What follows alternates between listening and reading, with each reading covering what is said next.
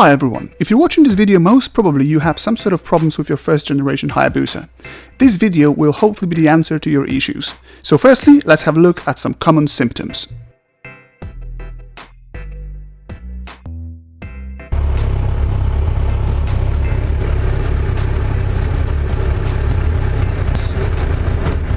Yep.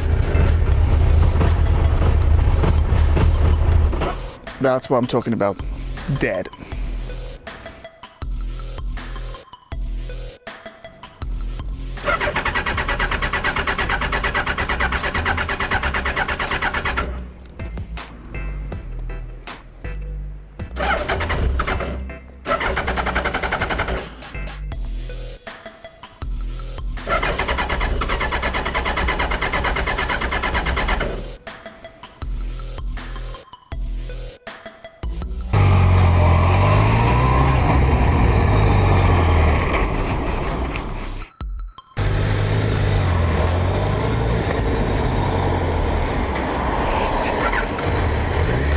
Died again, God knows why.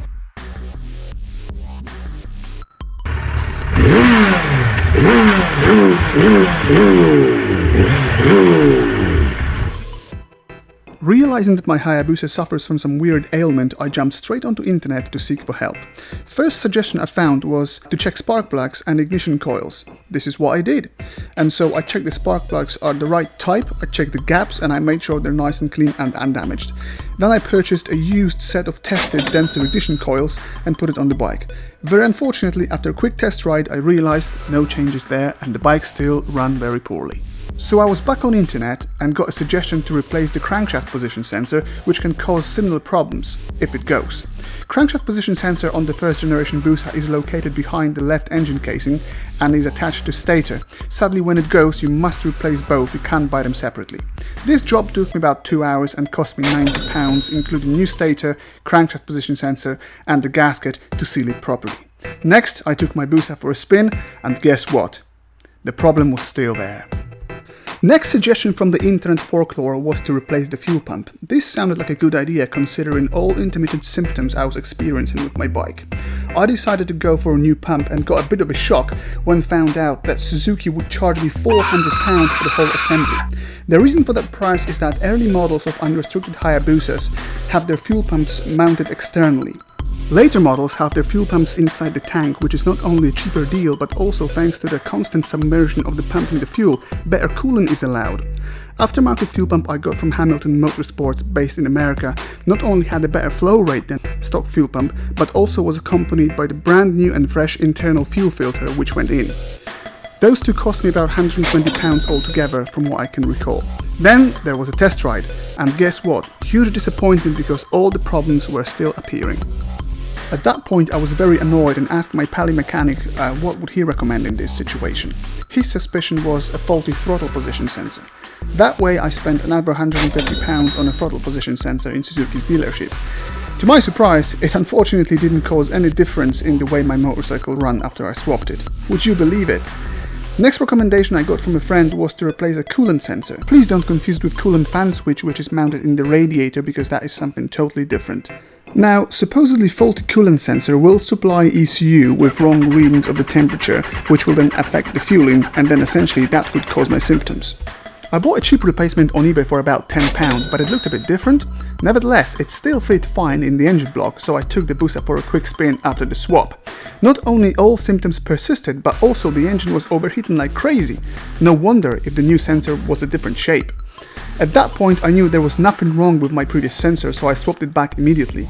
At least that way I got rid of the overheating problems. Just to rule out the faulty ECU, I borrowed one from a friend who also rides an early Busa, but that didn't help either. I was totally fed up with this situation. Low mileage, accident-free, well-maintained, fully serviced and unmodified bike ran like crap. Being so close to resigning, I stumbled upon an internet post about rusty tanks in early Busas. Being really skeptical about that, I took the tank off to check it properly. I unscrewed the sending unit from the bottom of the tank in order to inspect the inner surface and got my jaw dropped when I realized what kind of mess lived in the tank. There was lots of rust and dirt trapped inside, which were killing the fuel system constantly. Those are the pictures of the tank inside showing infestation of the rust. Then there was a time for remedy. I was told by somebody who worked on old British bikes for years that the best way to get rid of the rust from inside the tank is chucking some Coke in. Of course I don't mean that Coke, I couldn't afford 21 litres of it. And so I poured in 20 litres of Coca-Cola in the tank and left it marinating for about a week in my bathroom. Sadly, results were very poor and a strong solution was needed. For that job, Evaporust Rust Remover came with an aid. 3 gallons went in for about a day and the effect was simply mind-blowing. All rust was gone, leaving beautiful and clean blue metallic surface. Then I used my lady's hand dryer to dry out the remains of fluid from inside the tank, subsequently put the fresh fuel in and went for a spin. Finally, all problems were gone. It felt like a miracle. No stalling, no hesitation, full power every time I opened up, easy starts every time. Since I fixed the problem with my Hayabusa, it never missed a beat. It became as reliable as it could possibly be.